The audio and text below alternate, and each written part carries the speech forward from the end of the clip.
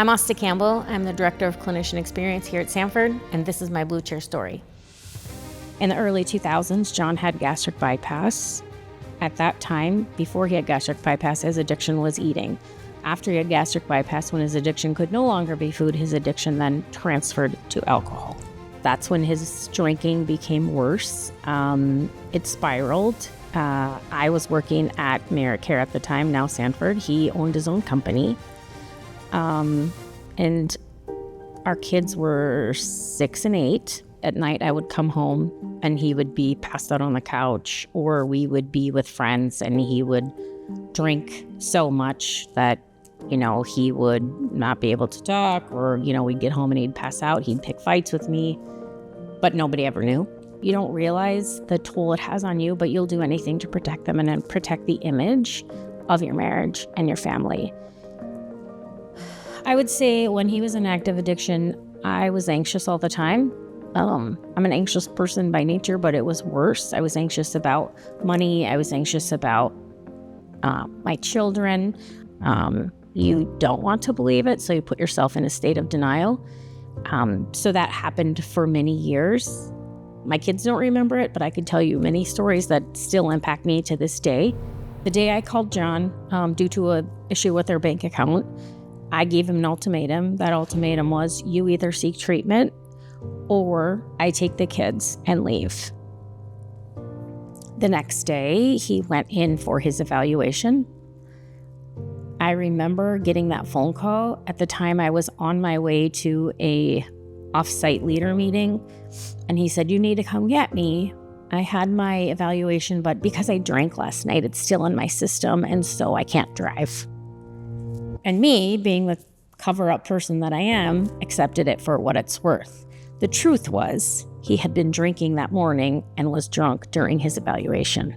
And I said to him, you have a choice to make. You can go to treatment, or I'm going to take the kids and leave. And it was that day that he chose treatment. September 9th, 2008. So after he did the evaluation, he entered outpatient treatment, which was a few nights a week. Right, so nobody at work knew. Nobody at work knew that John had a drinking problem. Not my friends at work, not my supervisors, nobody. In family group, the therapist asked me, well, who have you told? And I'm like, I haven't told anybody. John asked me to keep it confidential. And she's like, well, this is your story to tell. And that was profound for me, right? I didn't need to share John's story, what led him up to there. I didn't need to share his. I needed to share with people and trust people to share my story so that I could start healing. At the end of the day, it's about healing yourself, just remembering that I can't control other people. I can't change other people. But if I, as the person that is married to the alcoholic, can identify and admit to my own illness of wanting to fix that other person, I can then start to recover myself. I needed to stop taking all the blame for everything that happened. I also learned that it is important to tell the truth. It is important not to cover up for people, because the more you cover up for people, the more you stuff that in, you carry that weight upon your shoulders, and it does impact you. It impacts your work, even though you don't realize how much it is impacting you. Once you actually are honest and tell people what you're going through, they banded around, right? They supported me, asked me what I needed, how can I help? My coworkers, colleagues, friends from work knew exactly how to support me with what I needed at that time without being overbearing.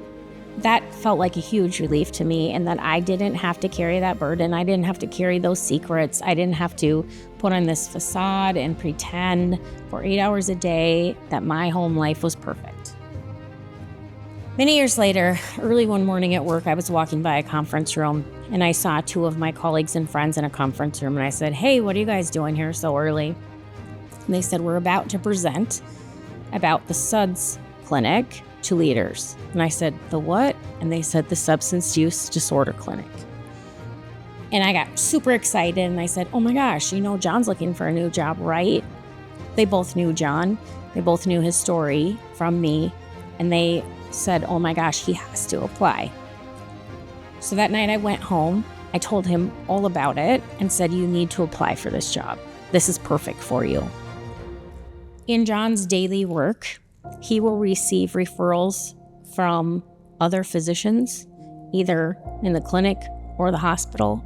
He then goes and meets with those people, walks in, introduces himself, says, I'm a person with lived experience in recovery. He meets them where they're at and he says, how can I help you? He's been where they're at for most of them. He doesn't know exactly how they feel, but he's been there. He's hit his rock bottom. He can empathize with them. He understands. He's very patient. He always sees the good in people.